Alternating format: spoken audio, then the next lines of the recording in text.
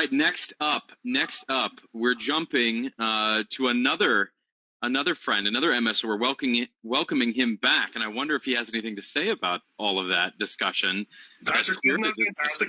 I thought that was great. It's been a while since I've been at a conference and people have been arguing about who grows the best damn weed. Watching and I've been, we've been participating with you guys for a long time, and I've been at your conferences prior to getting into the business and watching these companies grow, watching the people on your last panel and some of the earlier panels. You guys do such a good job of curating the top minds in this industry. And thanks, man. And look, I appreciate. I know it's been a long day for everyone, and people have probably pulled in a ton of information here. Appreciate you sticking around and listening to me explain a little bit about body and mind. And this has just been a great day, and I congratulate you guys. Oh, thanks, man. I appreciate it. Get out of your way, but I'll be back soon. I'm sure there'll be some questions in the chat, so we'll be ready to go. You bet. Thanks a lot, Patrick. So for anyone who is unaware of body and mind, I will go through very quickly here. Let me just get obviously disclaimer. I'll be talking about some forward-looking statements. If you want to read the disclaimer, feel free to go onto our website. Just a quick overview of body and mind. We started roughly 6 years ago, and we started in Nevada just as Nevada was going public or going medical, and received one of the first medical cultivation and production licenses in the state. We're also in Ohio, Arkansas, and California. I'll go into details in each of the states and some of the operations that we have there as well. Our vision is very simple, and I love the way some of the panelists on the last panel, really drilled down, and the vision needs to be simple. And we have been successful to date in identifying low-cost ways of getting into markets. Generally, that's been through winning license applications and then developing those licenses efficiently and getting those operations to cash flow positive model. We've also come into markets with acquisitions. Because we've got a deep bench of talent, because we've got a number of people who've been in this industry for a long time and have brought people from Colorado who have even more industry experience, we can take a look at acquisition opportunities. We can take a look at our own operations and optimize them, and we're continually doing that. And that's things like perpetual harvest. It's things like crossbreeding new strains to work into our cultivation systems. One of the things about being early entrants into new markets, and we were early entrants in Nevada when it opened, Ohio when it opened, and Arkansas when it opened, is you get into that market early. You get to know the players, you get to know the people, and it gives you some opportunities to understand good operations in these new states, people that you may want to work with in a partnership or a potential acquisition. And it also gives you, some idea of people that you might not want to deal with. And I think if you go back and take a look at what we've done over the last few years and look at our presentations, we've executed on everything that we said that we would do. Sometimes it's a little bit late, but we have a good track record of execution. So I'll start in our home state, Nevada. Roughly 6 years ago, won one of the first cultivation and production licenses. That was as the state was going medical. And when you think about Nevada, sort of 10 years ago, it was a felony offense to have any possession of cannabis, any weight at all, even, half a joint. And then roughly 6 years ago, they opened up as a medical only state. And I think there was less than 15,000 cards for the entire state. Very quickly, Nevada moved from medical to adult use. We were there. We were ready. We had been building our brand, getting good at cultivating, getting good at creating extracts, oils, and edibles during that medical phase, developed a really good following in the Nevada market. And we were really ready for adult use when it hit Las Vegas. And anybody who's been to Las Vegas over the past years has seen this normalization of cannabis. More signage, more acceptance, more people going into the various dispensaries. It's almost a bit of a microcosm for what's going on with normalization across North America. So, while we were building our brand in Nevada, we started looking at application opportunities in new states. And I'll get into that in just a sec. So our footprint in Nevada, we have a cultivation facility that's roughly 18,000 square feet. We just moved into a new production facility roughly a year ago. And that allowed us to take over new space in our original facility and basically turn all of that into flowering rooms. We've got a strong distribution network. We're probably in 80 or 90% of the dispensaries in Nevada. So one of those states that we looked at that was opening while Nevada was getting going was Ohio. And we liked Ohio because it's another limited license state. So in Ohio, there's roughly 11.5 million people. There are less than 70 dispensaries for the entire state. So as we were looking at states to apply for license for, it followed the Nevada limited license model. We liked it. We put an application in there with in-state partners who we've since bought out. We were probably one of the first dozen dispensaries to open. We're just outside of Cleveland, about 30 minutes outside of Cleveland. And we are about to open our production facility, which is right next door to the dispensary. So that, that gives us a retail footprint in the state. It also allows us to start bringing Body and Mind branded oils, extracts, and edibles into the Ohio market. So we're really looking forward to that. In California, we came into California with a acquisition, and we purchased 100% of a medical dispensary in Long Beach, which we've since upgraded to an adult use dispensary, and we purchased 60% of a license in San Diego. Again, going to that limited license concept, California is unlimited as far as the number of licenses sort of at a state level, but on a jurisdictional level, they really have limited them. And certainly San Diego is a great example of that. There's roughly 1.5 million people, and there's only 16 licenses in the San Diego city. So we really like those metrics. We built that dispensary out and we got it open just in time for COVID. So, we have a huge parking lot there. Instead of having a big party, we were buying plexiglass and clothing, masks and cleaning supplies. But we've really started to see improved traffic as things have opened up there. And we think it's going to be a great operation for us. I think one of the really interesting things that we've done over the years is really reach into our community and touch our customer and really develop a relationship with our customer. And you often will hear people talk about retail owning the customer, and I just think it's incredibly important for people, especially the canna curious, people who are potentially trying cannabis for the first time or maybe tried it a long time ago and are coming back to it, to have that education that a really good bud tender can give you. I think the stats out there are that if people sort of try cannabis and they have a bad experience, then there's a good chance that they may not come back ever again as a customer. So particularly for people who are really new to trying cannabis or using cannabis, having that connection with a great bud tender makes a ton of sense. Some of the other stuff that we do is we've had these cozy sesh concert series. Obviously, we haven't had those for the last year or so, where we'll bring DJs, or we'll bring bands, or sometimes we'll bring a number of brands into an area near the dispensary, and customers can either attend the shows or interact with the brands. And it's just a great way to build a strong relationship. One of the other things that we are really passionate about is community engagement. All our general managers, all our facilities have various opportunities to interact with the community. That can be donating money to local charities. It can be walking dogs. It can be picking up trash. We do beach cleanups. We just think it's important to have that connection to the community. And the last state that we're in is Arkansas. We opened a dispensary with our partners, Comprehensive Care Group, there last April. And we also built a small cultivation when we opened the dispensary. And we actually won Best Dispensary of the Year, voted by Art20 last year in Arkansas. So great to get that award, great to get that open. And we started cultivating roughly a couple months ago.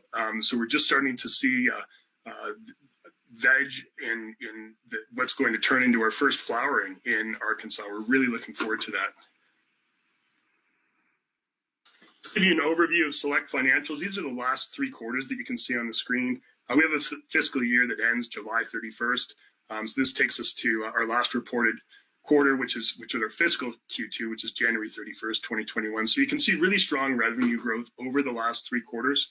And I'll give you a bit more on metrics on the next slide here. So on balance sheet and financials, we have roughly 109 million shares outstanding, roughly 130 million shares fully diluted. We have no long-term debt, so we've managed to sort of keep that optionality. And our asset base is over $40 million right now.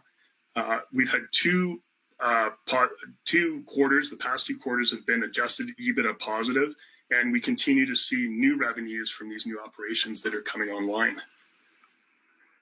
Let's give you a quick rundown of our leadership team. Myself, I'm the CEO. I've been in business for roughly 25 years. I worked for the Financial Post newspaper for roughly a decade. I've worked in tech. I've worked in manufacturing. I've worked in media.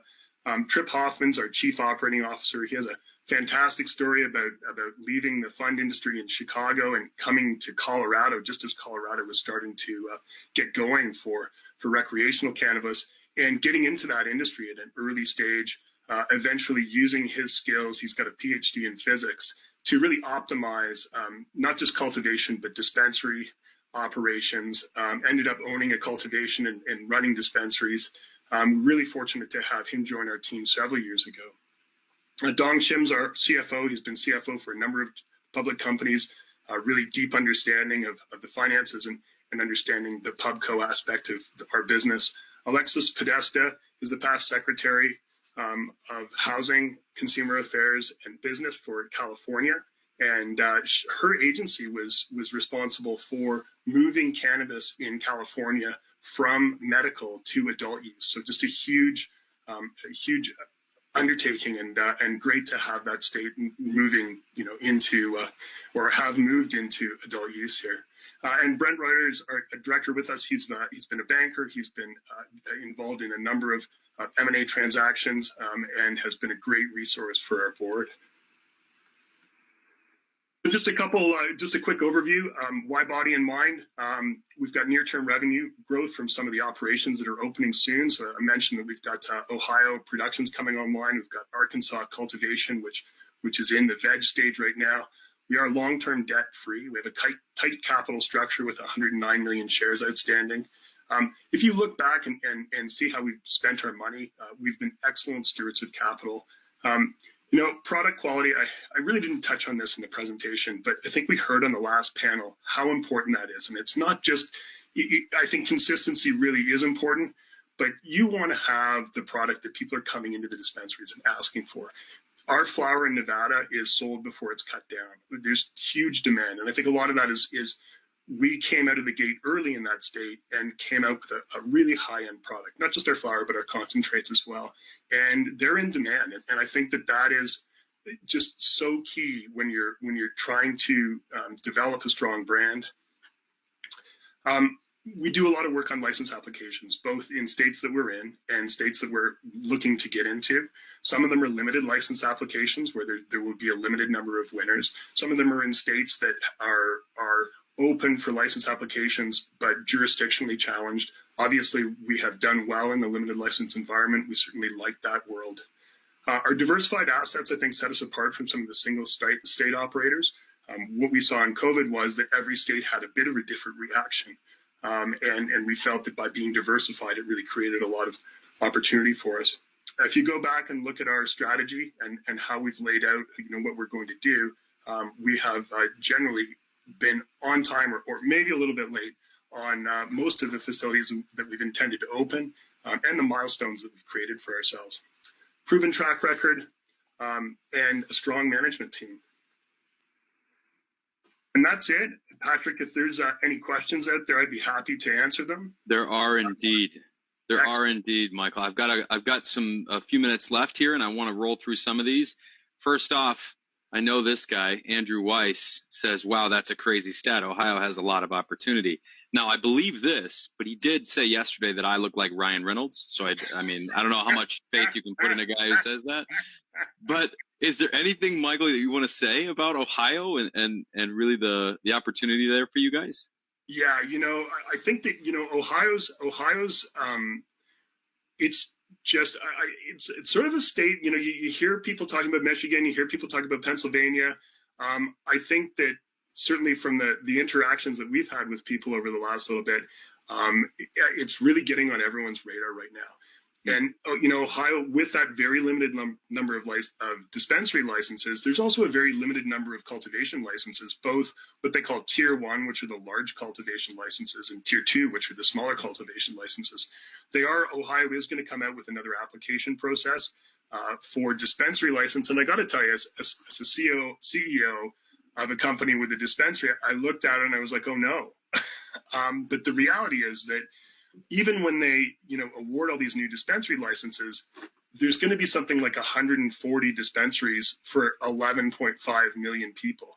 And the way we're seeing medical card applications come up, my guess is that by the time those new dispensaries come online, we'll probably have twice as much demand. So, what concerned me a lot is less of a concern. I think that we've been good operators in that state, and my hope would be that we can win another dispensary license or several dispensary licenses. But the other thing that Ohio's done that I think is just great is they've looked at putting them really sort of geographically limiting them, so they're not going to allow people to clump them all into the city, and it'll create a really spread out opportunity. And I think the idea here is to make sure that people have good access to medicine, and they've really thought it out well. Very cool, man. Very cool. Well, Ohio is just one of those states that I feel like you don't hear enough about, and then you see things like that drop in the news cycle, and you're like, oh wait, whoa, what's going on over there? So that's really cool that you guys are there and clearly moving the needle. Okay, so here's one from Michael Edwards. Does BAM see themselves having more than the existing 4 dispensaries by the end of this year? That's quite the forward-looking statement, but I would like to see us have more than 4 dispensaries, certainly. Awesome, that's great. One last one I think we can squeeze in here from RC. Any acquisitions in the works? Talk about forward-looking statements. Are you looking in any certain areas? Well, maybe the better way to frame this, Mike, is, what would the ideal acquisition look like for you, or partnership, let's say, if there was such a thing. And obviously, if you want to tell us if there are conversations happening, that would be interesting. Well, I think that every cannabis company, and we've heard this all day from, both people on the fund side and also people on the company side, cannabis companies are talking to other cannabis companies. Individual dispensaries are talking to groups like ours because, maybe they want an exit, maybe they want, maybe they want to be part of a larger company going forward. So absolutely, we have those conversations multiple times every day. And this is a really exciting time to be in the business. And I think that having made it through a challenging year, really, in 2019, the companies that are here have come out much stronger, and I think really ready to move to the next level here. Well, that's awesome, man. And I really appreciate you being here. I said this in the last conference that I saw you at, but, now I can say it officially. October 13th and 14th is ideally when I'll see you in person in New York City, and you'll be the first guy that I buy a drink for. Oh, I can't wait. Yeah. Can't wait. Michael's been around for the entire history of these conferences, and it's always good to see you, man. So thanks for coming on. I really appreciate it. Really appreciate it. Have a good one. Thanks very much, Patrick. Take care.